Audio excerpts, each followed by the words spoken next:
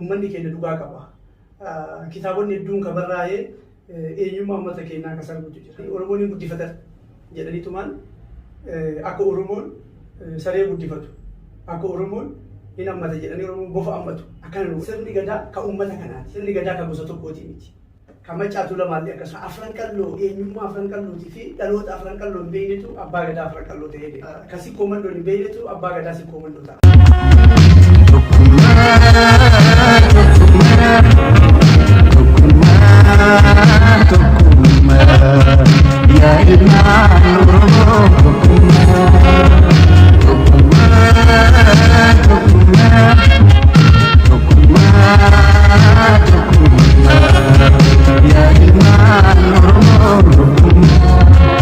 Akkam jirtu kabajamtoota hordoftoota Birraa Barii Miidiyaa kan biyya keessaa fi biyya alaa teessanii sagantaa keenya daawwachaa jirtan kun sagantaa gungumaati. Sagantaa gungumaa keenya har'aatiin keessummaa tokko qabannee isinii dhiyaannee jirra.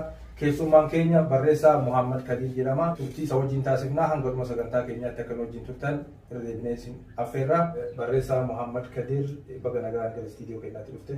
Isinillee yeroo jalqabaatiif istiidiyoo keessanitti keessummaa kabajaa gootanii affeeruu keessaniif galatooma. Hedduu galatoomii atis waamicha keenya kabajjee istiidiyoo keenyatti nu argamuu keetiin nutis maqaa dhaggeeffattoota BBM'tiin hedduu si galateeffannaa. Duursamee barreessaa Muhammad Kadir eenyu waan jedhurraa hafan.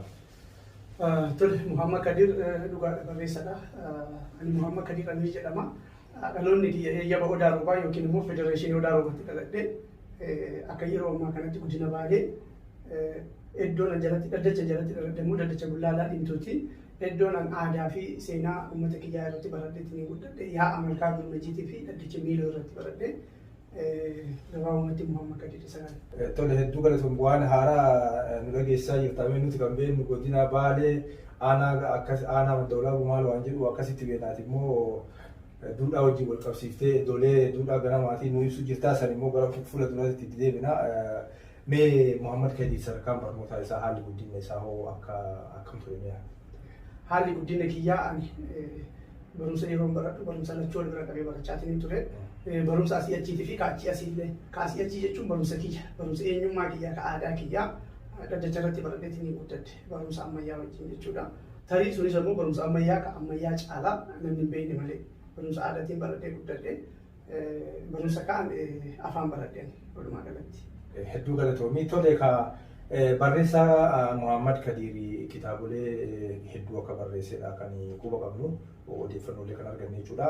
Mee kitaaboleen tanaan dura barreessite mee kitaabolee sanii kitaabolee hagam barreessite kitaaboleen sun maal irratti xiyyeeffatu qabiyyeen isaanii? Kitaabni jalqabaa barreesse kitaaba sirna gadaati. Sirna gadaa barreesse. Kitaabni sun biyya keessatti baay'ee uummata bira gaafatiin ture. Akkasuma immoo kitaaba gaafa deebii sirna gadaa 300 kan jedhu barreesse. Akkasuma icciitii gadaa barreesse. Kitaabni amma irraa qabu immoo Asoomni Qorsoomaa fi icciitii gadaa isa jedhu asirratti kan eebbisuudhaaf deemaa jiru kana jechuudha. Hedduu galatoomii kitaabni biyya keessatti gabaarra oole kan yookaan immoo uummata biraan geette kitaaba sirna gadaati jechuudha icciitii gadaati. Kitaabni kun maal irratti xiyyeeffata? Icciitiin gadaa kun maal inni uummataaf inni godhe? Kitaaba gadaa gaafa jennu beeki akkanumaan lafaa ka'anii waan barreessanii miti gadaan ka'ee nuti jalqaba. Sirnummaan gadaa kun abbaa yoo beeki waan isaa beekuu dandeettu beeki. Wanni yeroo ammaa kana xiqqoo nama akka wallahaatiin hin jiru. Ka sikkoo mandoo hin beeknetu abbaa gadaa sikkoo mandoo ta'a. Ka afran qalloo eenyummaa afran qallootii fi dhaloota afran qalloo hin beeknetu abbaa gadaa afran qalloo ta'ee deema. Kan Maccaatu lamaallee akkasuma. Kanaafuyyuu jalqaba sirna gadaa yookiin abbaa gadaa ta'a gaafa jenne gaafa sirna gadaa barreessine jenne sirni gadaa sun ka'ee nuti beekuu qabna. Sirni gadaa kan gosa tokkooti miti. Sirni gadaa kan gosa tokkooti miti. Kanaafuyyuu sirni gadaa ka'ee nuti kan Maccaatu lamaati. Ka sikkoo mandooti, ka afran qallooti, ka ituu humbannaati, ka baasoo dullachaati, ka sabboo goonaati, ka gabraati, ka garriiti, ka gurraati, ka giriiraati, ka ormaati sirni gadaa. Ka baasoo dullachaati, ka raayyaa hasabooti. Sirni gadaa ka uummata kanaati.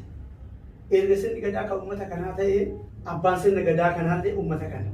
Gaafa uummata kana abbaa isaa beekte waan isaa ammoo haga dandeette barreessuu dandeetta. Ofii kiyyaa hubadhee fi akkaataa itti aadaa baradhee irraa dhaabbadheetiin sirna gadaa uummata kanaa barreesse. Kitaaba icciitii gadaa yookaan keessatti amma akka jechuun kutaalee Oromiyaa hunda of keessaa akka qabudha jechuun sirni gadaa kun amma yeroo ilaalan kuuta sirna gadaa kana kuutamaan Oromoo yookaan Maccaan yookaan Tuulamni yookaan immoo Arsiin akka qabutti illee namoonni hubatan jira jechuun kutaa Oromiyaa hundi sirna gadaa kanaan yookaan immoo sirna gadaa ganamaa kanaan akka bulan baay'een nama hubannoo qabu. Fakkeenyaaf kitaabni tokko barraa'e waa'ee sirna gadaa tokko dubbata yookaan immoo gadaan sababa garaagaraatiin dadhabee ture bakkee waa gadaan keessatti hafanii achi keessatti gadaan waa'ee sirni gadaa sun akka naannotti illee yeroo ammaa kan mul'attu hawaasni akkamitti ilaalaa sirni gadaa bakkuma sana qofa akka jirtu fakkeenyaaf Boorana yoo fudhatte Booranni yeroo baay'ee sirna gadaa sanaan guutumatti illee caasaa akka mootummaatti akka of danda'ellee akka mootummaatti illee bulchuu baatu calaqqeewwan sirna gadaa keessatti kan mul'atan jechuudha. Kanuma akka waan sirni gadaa kun Boorana qofa keessa jiru yookaan immoo Arsii keessa qofa jirutti akkasitti namoonni hubatan jira. Kanaaf icciitii gadaa kana keessatti amma yeroo barreessitu akkuma manaa kaaste kana kutaaleen Oromoo hundinuu sirna gadaatiin bulaa akka turan jechuudha. Sirna gadaa akka qaban sirni gadaa kun immoo sirna ittiin bulmaata Oromoo akka ta'edha kan manaa kaaste. Kana keessatti amma kitaaba kana keessatti qabiyyeen kunoo maal irratti xiyyeeffata achi keessatti sirna gadaa Tuulamaa irratti immoo sirna gadaa Arsii irratti immoo walumaa galatti immoo sirna gadaa Oromoon qabdu keessatti achi keessatti wantoota tuqamuu qaban turte. Waan kitaaba keessa jiru amma asirratti dubbachuun haasa'uun nama dhiba. Garuu kitaabichi kan barraa'e akka waliigalaatti sirna gadaa Maccaa Tuulamaa sirna gadaa Arsii Sikkoo Mandoo wanni jedhamu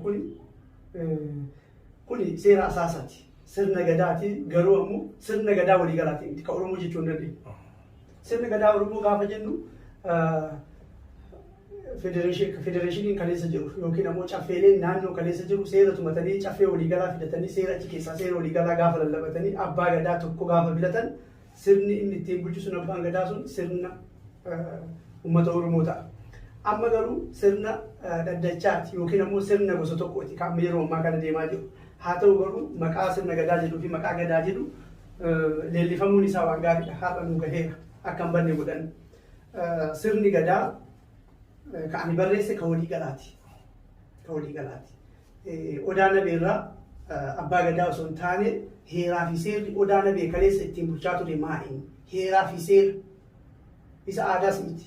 Aadaan seera bara tokko tumame yoo gaarii ta'ee kan itti fufu taate bartee ta'ee yoo kan itti fufu taate aadaati. Jireenyi kun guutuun isaa aadaadha. Garuu ammoo heeraa fi seera qaba sirni gadaa kenna. Odaa bultumirraa heeraa fi seera isaa. Uummanni odaa bultuun heeraa fi seerri isaa kaleessa kan ganamaa akkam ture kan ammaatii miti. Kan amma gosa gosaan qooddatan kanaa miti.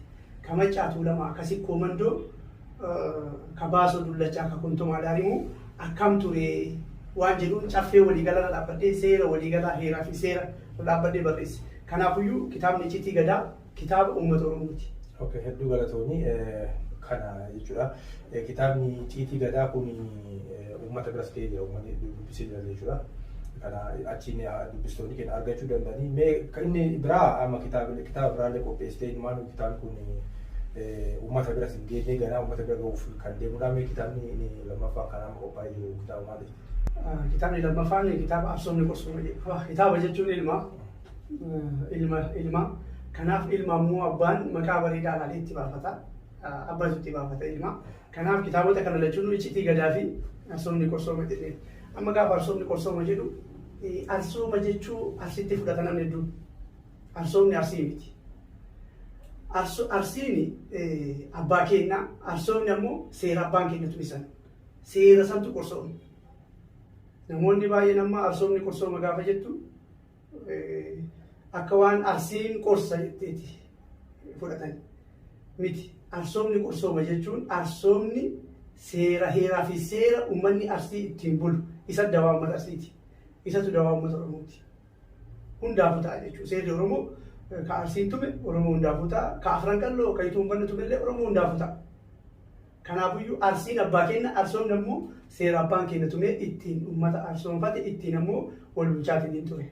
Kanaafiyyuu Arsoomni Qorsooma jechuun akkasitti hubatamuu qaba. Kanaaf kitaabni amma qopheessitee gabarra oolchuu yookaan uummata biraan gahuuf hojjechaa jirtu yeroo ammaa kanatti kitaaba mata dureen isaa Absooma Qorsooma jedhu kana jechuudha. Kitaabni kun yeroo ammaa kanatti sadarkaa maalirra jira jechuun kitaabni amma maxxansuuf deemtu kun kitaaba arsoomni qorsooma jedhu kana qofa moo kitaaba biraallee yookaan ciitii gadaallee itti dabaltee eebbisiisuuf deemta moo akkamii haalli eebbaa sun akkamii maalli sadarkaa maalli? Kitaabni amma eebbifamuu deemaa jiru kitaaba ciitii gadaatii fi arsoomni qorsooma lachuun wal faana eebbifamaa jira. Kitaaba kanarratti immoo eebba kanarratti immoo namoonni gahee leencaa taphatan jiru. Namoonni eenyummaa keenyaa irratti hojjechuu qabna eebbisuu qabna jedhanii adda dureedhaan irratti hojjetaa jiran jiru. Biyya keessaa fi biyya alaa iddoo kamiyyuu kan luunatti jirullee kan fagoo jirullee hundi isaaniitu kitaabni kun kitaaba keenyaa eenyummaa keenyaa aadaa keenyaa duudhaa keenyaa fi safuu keenyatti deebina jedhaniitiin namoonni hedduun haala gaarii irratti hirmaatanii hojjechaatiin jiranii. Namoota sana akkanumatti walitti qabaa galateeffachuu barbaada. Garuu ammoo eebba booda ammoo akka isaan gahee taphatanii ammoo warra dhuunfaallee warra dhaabbata garaagaraallee ammoo maqaa dhahee galateeffachuu hin danda'a. Gaafa walitti deebine jechuun biyya sagantaan uumamaa asitti hin dhaabatu jedhee yaada.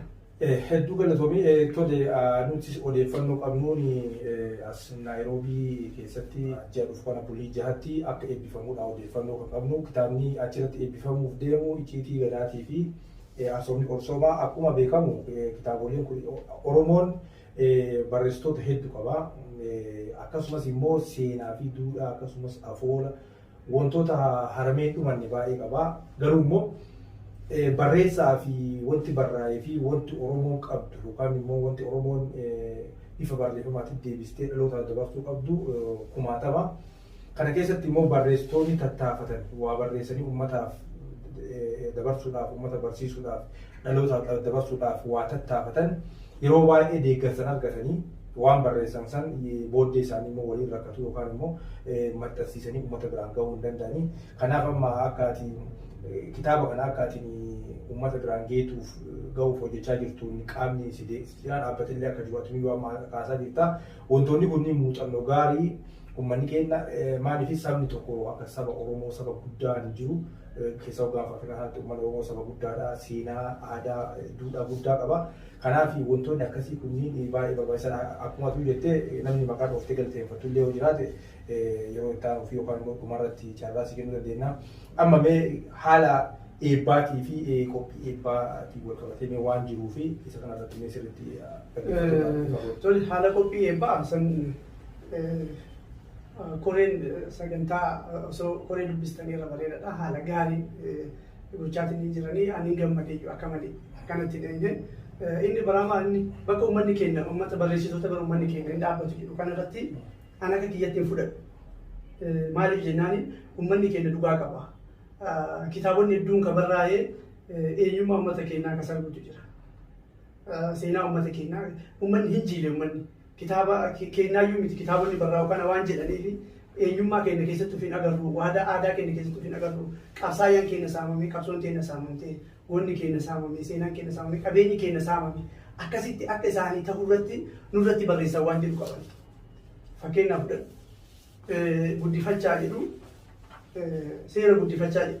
Seera guddifachaa kana guddifachaan akkamitti Oromoon akkamitti ilma guddifataa jedhanii seera san ilaalanii Oromoon hin guddifatan jedhaniitumaan akka Oromoon saree guddifatu akka Oromoon hin hammata jedhanii Oromoon bofa hammatu akkana nu godhaa jedhan. Hin jiile uummanni keenya. Kanaafuu maanni uummata kan kee yoo barreessite waan isaatiin itti gadi baatee wanni inni si bira dhaabanneef hin jiru. Hin beekne waan kiyyaa hin argine. Kanaafuu nuti barreessitoonni akka itti uummatatti dhiyaannu ofii keenyaa tolfachuu qabna. Uummata kana fuula kamiin itti dhiyaanna. Uummata kana wanni kun immoo waan keessanii akkamitti jennaan. Fakkeenyaaf akkasii koomandootti hayyoota hedduu qabna. Hayyoota hedduu qabna addunyaa kana guutuurra. Eenyummaa seenaa si koomandoo maaf barreessuu dhabanne. Uummanni keenya kana komii qaba. Afran qalloo fudhadhu warri afran qalloo warri itti humbannaa hayyoota hedduu qaban. Addunyaa kanarratti kan beekaman qaban. Maaliif eenyummaa afran qalloo eenyummaa itti humbannaa irratti gadi bu'anii uummata keessa deemanii qorsoo waliin nyaatanii maaliif hin barreessine? Akkasuma gosoonni hundi isaaniitu jechuudha akka qubatanitti. Uummanni keenya hayyoota kanarraa akkana eegaa jira. Kanaaf maayinni isa biraa ammas maayinni uummata baree biraa keenya kan eenyummaa irratti hin hojjenne faranjoonni dhufanii seenaa keenya barreessu. Uummanni keenya ittiin quufne. Dhugama nuuf rakkattee faranjii dhuftee Jaappaan irraa Ameerikaa irraa dhufanii baadiyyaa keessa deemanii seenaa keenya dhugama nu barreessuuf immoo jallisuuf immoo nu saamuuf waan jedhan shakkii qaban. Kanaafiyyuu barreessitoonni akkaataa uummatatti dhiyaannu osoo ofii kennaa tolfanne jedheetiin ni yaada. Kitaabonni eebbaaf qophaa'an isaan akkana jechuudha. Icciitii gadaatii fi arsoomni qorsooma kitaaba jedhudha. Dhaggeeffattoonni kennaa. Kitaabni kun maarchii dhufu bulii jahatti eebbifamuuf deema. Hawaasni keenya kan Naayiroobii fi naannaa jiraatan akkasumas immoo biyyoota alaa keessa teessanii sagantaa keenya hordofaa jirtan karaa dandeettanii akka irraa hirmaattan asirratti Muhammad dhumarratti yaada ittiin dabalutu jira. Dhaamsi dhumarratti eebba kitaaba kanaatti wajjin wal qabatee maaltu ta'uu qaba wanta jedhu irratti dhaamsi uummataaf dabarsu ta'uu jiraati. Ani dhaamsi uummataa dabarsu isa tokko qofaadhaaf. Inni inni sirna gadaa ilaalchisee sirna gadaa fi amantaa ilaalchisee jechuudha. Sirni gadaatii fi amantaan akka wal dhiibutti yeroo baay'ee kaka'amu. Sirni gadaa akka amantaalee dhiibutti, amantaan ammoo akka sirni gadaa balaaleffatutti akkanatti yeroo hedduu ka'aatiin hin ture. Kanaafiyyuu sirni gadaa ittiin bulmaata waan ta'eef sirni gadaa ittiin bulmaata uummata Oromooti. Umrii fi dhalootaan ijaaree gulantaa isaaniitiin akkaataa gahee isaanii akkaataa cimina isaaniitiin gahee kennee fi kan hojiitti galchuudha. Amantaan amantaadhaan jijjiiramu yoomillee sirni gadaa ammoo fedhii daddachala dhaabbatee akka caffeen naannoo itti olii galee seera jijjiiratee tumatitti sirni gadaa fooyya'aatiin hin deemu. Asitti amantaadhaan gargar dhufu. Gaafa fooyya'aa deemu immoo amantaalee jiru hundaafuyyuu mirga isa kabachiisu waan isa kabachiisu yoo tumeef wanni isa daangessu hin jiru. Maaliif namootuma sabdutti hirmaata waan ta'eef. Kanaaf sirni gadaa amantaa dhiibutti amantaaleen sirna gadaa balaaleffatutti warri hubattanii kanaafiyyuu sirni gadaa bulchiinsaa ittiin bulmaataa heeraa fi seera qaba. Heeraa fi seerri isaa ammoo akka hawaasa fedhii hawaasaatti jijjiiramaatiin hin deemu waan ta'eef akka isin ta'utti seera tumachuu dandeettanii warroon amantaa garaagaraa qabdan sirni gadaa waan keessanii seera abbaan keessan tume isinii ta'a. Ammas akka isin ta'utti tumachuu dandeettanii gaafa caffee walii galaa baname irraan deessinaa jedhan. Kana yaadachiiftee jechuun gaaffii amma sirna gadaa kana dhugaadha amantaa wajjin yeroo baay'ee warri amantaa akka keessaa'u waaqeffataa wajjin wal qabsiisan sirna gadaa kana amantaa waaqeffataayyuu haga ammaatitti jechuudha karaa amantaatiin akkaataa itti hubatamu akka amantaatitti ilaalamaa jechuudha. Kanaaf gidduu sanitti xiqqoo walitti bu'iinsi ni jira. Isa kana namaaf akka ifa ta'uu fi sirni gadaatii fi amantaa waaqeffataa hariiroo isaa maaliin akkuma makaasti kana immoo amantaa wajjin immoo akkamii amantaalee garaagaraa wajjin walitti dhufeenya isaanii. Amma asirratti wanti hubatamuu qabu dursa heeraa fi seera sirna gadaa uummanni haa dubbisu waan kanarratti dubbachuudhaaf. Heeraa fi seera sirna gadaa uummata bira gahee uummanni heeraa fi seerri sirna gadaa akkana caasaan sirna gadaa akkanatti ijaarama. Ijaarsi caasaa sirna gadaa kana hirmaattonni caffee sirna gadaa hojiin isaanii kana gaheen isaanii kana sii galaabe. Gaafa kana hubatee jedhe uummanni walitti dhufeenya amantaalee fi sirna gadaa hubachuu danda'a. Sirni gadaa amantaa kamittu dhufeenya qaba. Itti kalaa. Maaliif safuu eeggata. Duudhaa qaba. Heera uumaa qaba. Heera uumaa jechuun walumaa galatti waan hamaarraa si tiisa. Sirni gadaa. Gadaan hooda qaba. Hooda jechuun daangaa qaba jechuudha. Si dhoorga waan hundarraa. Hooda san keessatti qooda qaba. Ga'ee wayii si kenna. Qoodni sun ammoo sirna qaba. Akka itti fayyadamtutu jira. Sirni sun ammoo seera qaba. Seera tumamee qaba. Seerri maal qaba? Jilba qaba. Jilbi murtii qaba. Murtiin haqa qabdi, haqa abbaa qabdi. Wanti haqa qabaa amantaa kamiin waliin dhabu. Sirni gadaa. Garuu sirni gadaa ammoo amantaa osoo hin ta'in inni mataan isaa maal inni bulchiinsa. Bulchiinsa kana keessatti bifa haqa eeggateen akkasitti kan tumamu. Kanaafiyyuu amantaa kanaa walitti dhufamoo amantaa kanaa wal dhaba kan jedhuu fi guyyaa biraa gaafa heeraa fi seerri kitaabonni sirna gadaa irratti barraa'an uummata bira gahee uummanni ofii isaatii hubannoo argatee jedhe murteessuu danda'an jechuu barbaade. Tole hedduu galatoomii dhaggeeffattoonni keenyas sagantaa keenyaa amma gara goolabuutti jirra.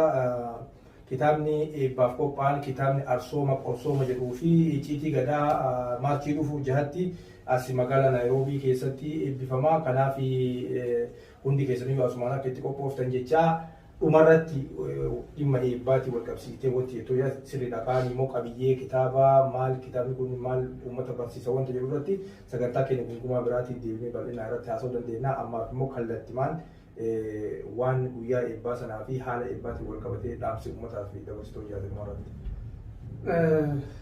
Ani seenaan barreesse seenaa uummata kiyyaati. Anillee ka uummataati. Kanaafiyyuu ilmaan ani uummata kiyyaa gumaache kana seenaa isaanii walitti qabeen isaanii fide kana kaleessa barraa fudhamuudhaan akka gaarii uummata bira gahuudhaan hamileen keenya cabee jira. Har'a immoo gaafa nuti hagana tattaafanneetiin waan xiqqoo tana gooneetiin hin finne uummanni keenya waan isaa kana hamilee akka anaafi miti seenaa isaanii kana bira akka dhaabbatan. Seenaa isaanii kana bira dhaabbachuun maa inni hayyoonni keenya kan jiran bor akka seenaa kana daran ana caala barreessan. Hayyoota hedduutu jira warri na caalan. Anumaan beeku wannan beeku xiqqoodha. Waan xiqqishuu beeku sanirra dhaabbadhee waan kana godhee dirqama wannan beeku kan uummata kiyyaa waan ta'eef. Kanaafiyyuu kitaaba kana bira dhaabbatanii hamilee akka ta'an hamilee ofii akka ta'an waamicha dabarsuu fi barbaada asuma. Tole hedduu galatoomii tole dhaggeeffattoonni keenya sagantaa keenya goola fuulduratti akkuma sila isinii kaasne eebbi kitaaba kanaa kitaaba lamatu guyyaa tokkotti eebbifamaa. Kitaabni kun as Naayiroobii eebbifamaa. Uummanni keenya kan magaalaa Naayiroobii fi naannoo ishee keessa jirtan hundi keessaniyyuu waamicha kanarraa akka hin hafne asumaan waamicha isinii dabarsinaa. Kitaabni kun kitaaba eenyummaa keenya, aadaa keenya, seenaa keenya, sirna keenya keessatti barannuu fi kitaaba dhaloota baay'ee barbaachisaa ta'edha. Kanaaf barreessaa keenyas jajjabeessuun, seenaa keenyas aadaa keenyallee barreessuun jajjabeessuun gahee keenya waan ta'eef hundi keessaniyyuu akka irratti hirmaatan asumaan ergaa isinii dabarsinaa. Hanga dhuma sagantaa keenyaatti wajjin turtanii sagantaa keenya qooddachuu keessaniif hedduu isin galateeffannaa. Qophiilee biroo wajjin turtii gaarii isin jenna.